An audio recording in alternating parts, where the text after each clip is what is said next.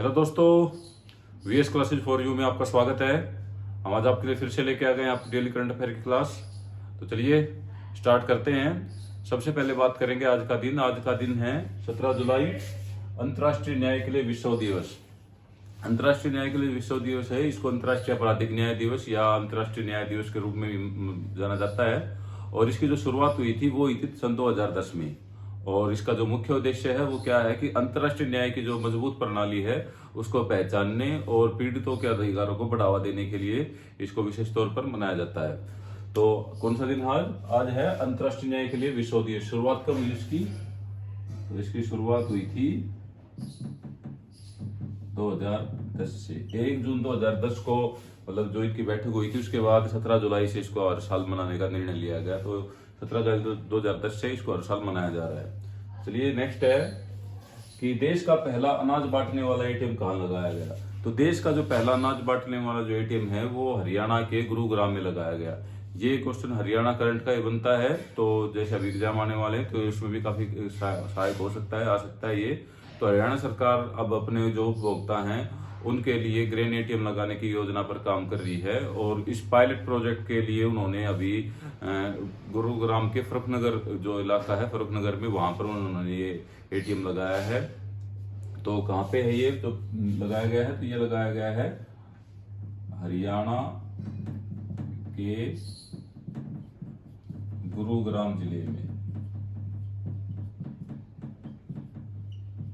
गुरुग्राम जिले में कहां पर? ये तो ये लगाया गया है फरुखनगर में।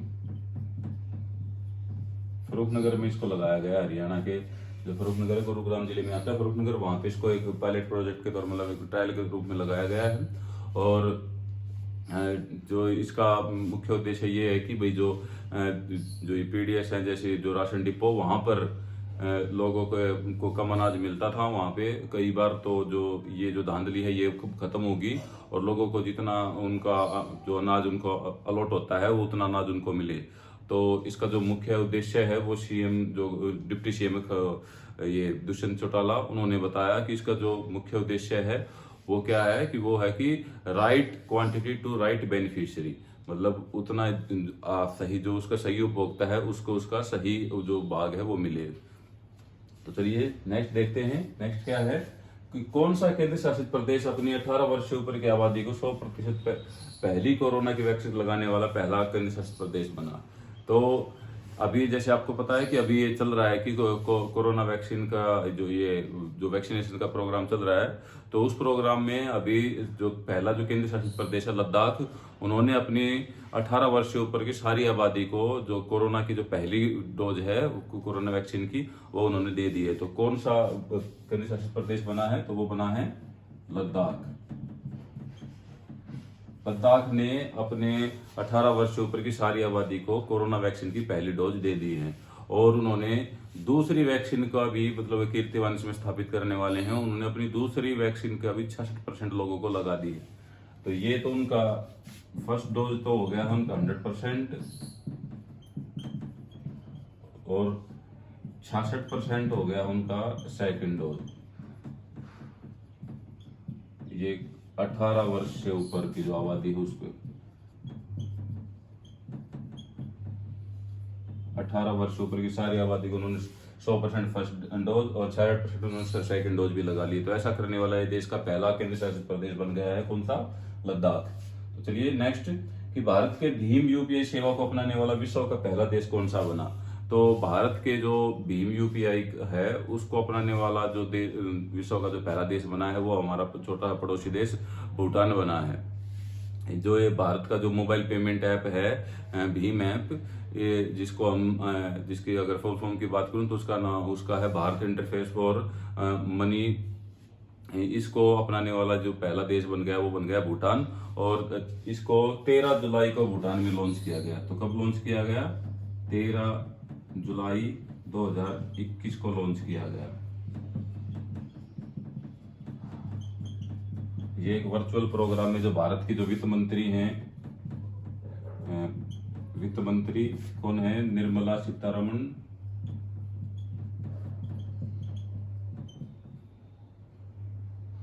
ये भारत की वित्त मंत्री और भूटान के वित्त मंत्री, भूटान के जो वित्त मंत्री हैं उन्हें लिन्यो नामगे शेरिंग, लिन्यो नामगे शेरिंग, उन्होंने एक वर्चुअल सेरेमनी में इसको उद्घाटन किया है। 13 जुलाई 2021 को वहां पर इसका उद्घाटन किया, वहां पर इसको लॉन्च किया। और जो इसे वैसे लॉन्च करने वाली संस्था है वो है national payment corporation of India, NPCI ने इसको वैसे लॉन्च किया है। तो लॉन्च करने वाली संस्था कौन सी है? वाली संस्था कौन है? तो वो है NPCI, NPCI national payment corporation of India, इन्होंने इसको लॉन्च किया है। तो ये भारत, ये विश्व का पहला देश बन गया। कौन सा? भूटान। भूटान विश्व का पहला देश बन गया जिसने भीम यूपीआई को अपनाया है।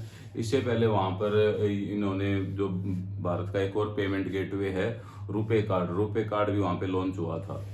तो चलिए नेक्स्ट देखते हैं। नेक्स्ट है कि कहां पर international cooperation and convention centre Rudraksh का उद्घाटन हुआ। अभी हाल ही में आपने न्यूज में देखा होगा कि प्रधानमंत्री मोदी ने वाराणसी में बीती 15 जुलाई को international cooperation and convention centre Rudraksh का वहां पर उद्घाटन किया है। तो ये उद्घाटन कहाँ पे हुआ है? तो ये उद्घाटन हुआ है वाराणसी, उत्तर प्रदेश में। कब हुआ है? तो ये हुआ है 15 जुलाई को। किसने किया? तो ये किया है पीएम मोदी ने, पीएम श्री नरेंद्र मोदी जी ने इनका उद्घाटन किया वाराणसी में, वाराणसी उत्तर प्रदेश जो। और वहां पर उन्होंने 1500 करोड़ से ज्यादा की कई परियोजनाओं का भी उद्घाटन किया है। और जो ये कन्वेंशन सेंटर है इसमें लगभग 1200 लोगों की बैठने की जगह है। और इसकी जो लागत है वो 186 करोड़। कितने लोगों की बैठने की जगह है? 1200 लोगों के बैठने की जगह। और लागत कितनी है इसकी? तो इसकी जो लागत आई है वो आई है 186 करोड़। 186 करोड़ इसकी लागत आई है। और जो ये कन्वेंशन सेंटर बनाया है ये अंतर्राष्ट्रीय जो सम्मेलन होते हैं उनके लिए प्रदर्शनी होती है, कोई भी संगीत समारोह इत्यादि जो कुछ भी प्रोग्राम होता है उसके लिए इसको बनाया गया है। और इसमें 108 रुद्राक्ष जैसे होती है रुद्राक्ष की माला में, वैसे स्टील के रुद्राक्ष वहां पे बनाए गए हैं। तो ये क्वेश्चन, चलिए नेक्स्ट स्लाइड में नेक्स्ट क्वेश्चन देखते हैं। तो चलिए नेक्स्ट क्वेश्चन देखते हैं। पहला है कि किस केंद्र शासित प्रदेश को 2025 तक जैविक केंद्र शासित प्रदेश बनाने का लक्ष्य रखा गया है? तो ये दोबारा से फिर से लद्दाख ही है। तो लद्दाख प्रशासन ने लद्दाख को 2025 तक जैविक कृषि संपन्न बनाने के लिए सिक्किम राज्य के साथ, सिक्किम राज्य जैविक प्रमाणन एजेंसी के साथ समझौते पर हस्ताक्षर किए। तो कौन से केंद्र शासित प्रदेश को बनाने का किया है? तो ये है लद्दाख। लद्दाख को 2025 तक ये जो जैविक केंद्र शासित प्रदेश बनाने का जो लक्ष्य है ये रखा गया। और इसके लिए किसके साथ समझौता किया गया? तो ये समझौता किया गया है सिक्किम राज्य जैविक प्रमाणन एजेंसी के साथ। किसके साथ समझौता? सिक्किम राज्य जैविक प्रमाणन एजेंसी, इनके साथ समझौता किया गया है। और सिक्किम जैसे ये लद्दाख को बनाने का जो केंद्र शासित पहला जैविक केंद्र शासित प्रदेश बनाने का लक्ष्य है 2025 तक, उसी प्रकार जो ये सिक्किम है, सिक्किम देश का पहला राज्य है जो वो है कि जैविक राज्य है। तो क्या है? सिक्किम देश का पहला जैविक राज्य है। सिक्किम देश का जो पहला जैविक राज्य है। और लद्दाख के जो कृषि सचिव हैं रविंद्र कुमार, उन्होंने बताया कि 2025 तक जो 3 चरणों में ये कार्य पूरा किया जाएगा, मतलब 3 चरणों में लद्दाख को एक जैविक केंद्र शासित प्रदेश बनाया जाएगा। चलिए नेक्स्ट है कि इजराइल में अपना दूतावास खोलने वाला पहला खाड़ी देश कौन सा बना? तो इजराइल में अपना जो दूतावास खोलने वाला पहला खाड़ी राज्य बना है यूएई। यूएई ने इजराइल के तेल अवीव में अपना पहला दूतावास खोला और ये खोला 14 जुलाई को। तो कौन सा देश बना है ऐसा? तो ये बना है यूएई। कहां खोला इन्होंने? इजराइल के तेल अवीव में। कब खोला? तो ये खोला 14 जुलाई को इसका उद्घाटन हुआ। 14 जुलाई को इसका उद्घाटन कहाँ पे? तेल अवीव में, इजराइल के। किसने खोला? यूएई ने। यूएई ये खाड़ी जो पहला खाड़ी देश बना है जिसने वहां पे अपना दूतावास खोला है। और आपको पता ही होगा कि इजराइल के मुस्लिम देशों के प्रति इसका मतलब जो इसकी वो है साख है वो ज्यादा अच्छी नहीं है। तो लेकिन फिर भी ये मुस्लिम जो अभी जैसे फिलिस्तीन पर जो इजराइल हमला कर रहा था उसमें भी जो यूएई और इस प्रकार के जो देश हैं इनका जो रुख है उसके प्रति काफी नरम था। और उसी को आगे करते हुए इन्होंने जो व्हाइट हाउस में डोनाल्ड ट्रंप ने इसका वो किया था कि भाई वहां पे दूतावास खोलने का प्रस्ताव, और उसी के आगे चलते हुए उन्होंने वहां पे ये अपना पहला दूतावास खोला है। तो इस जो उद्घाटन समारोह में जो वहां के इजराइल के जो राष्ट्रपति है इसाक हर्जोग वो भी शामिल थे। इजराइल के राष्ट्रपति कौन है? इजराइल के राष्ट्रपति इसाक हर्जोग, वो भी वहां पे इस उद्घाटन समारोह में शामिल थे। तो चलिए नेक्स्ट है, 50 वर्षों में पहली बार किस देश ने भारत को सेब निर्यात किया? तो 50 वर्षों में पहली बार यूके यूनाइटेड किंगडम ने भारत को सेब निर्यात किया है। यूके और भारत का के मध्य जो अंतर्राष्ट्रीय व्यापार जो समझौता है उसके लिए उसमें जो ये उसके हिसाब से ही सेब का निर्यात भारत में किया गया है। तो जो यूके के विदेश मंत्री हैं लिज ट्रस उन्होंने इस प्रस्ताव का स्वागत किया है। तो ये कहाँ पे किसने किया है? तो ये किया है यूके ने। और यूके और भारत के बीच जो ये संधि है, जो व्यापार संधि है, उसको देखते हुए इसको किया है। और इसका क्या है कि एनहांस्ड ट्रेड पैटर्न पार्टनरशिप के तहत इसका किया गया है। कौन सी उस संधि के तहत किया गया है? एनहांस्ड ट्रेड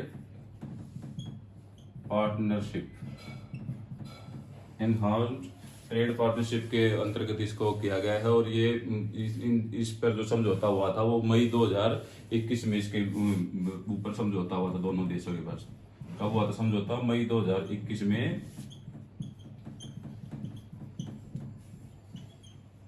समझौता हुआ था। तो जो ये एनहांस्ड ट्रेड जो पार्टनरशिप है इस पे जो समझौता हुआ था वो मई 2021 में। और ऐसा करने वाला यूके कौन सा देश बना है? तो यूके ने पहली बार 50 वर्षों में भारत को सेब निर्यात किए। चलिए नेक्स्ट है, किस शहर में रेलवे ट्रैक पर देश का पहला 5 स्टार होटल खुला है? तो गुजरात के जो गांधीनगर है, गुजरात के गांधीनगर में रेलवे ट्रैक पर देश का पहला 5 स्टार होटल खुला है। तो कहाँ पे खुला है ये खुला है गांधीनगर गुजरात में। जो गांधीनगर का जो रेलवे स्टेशन है उसका अभी उसको रिनोवेट किया गया है, उसको दोबारा से।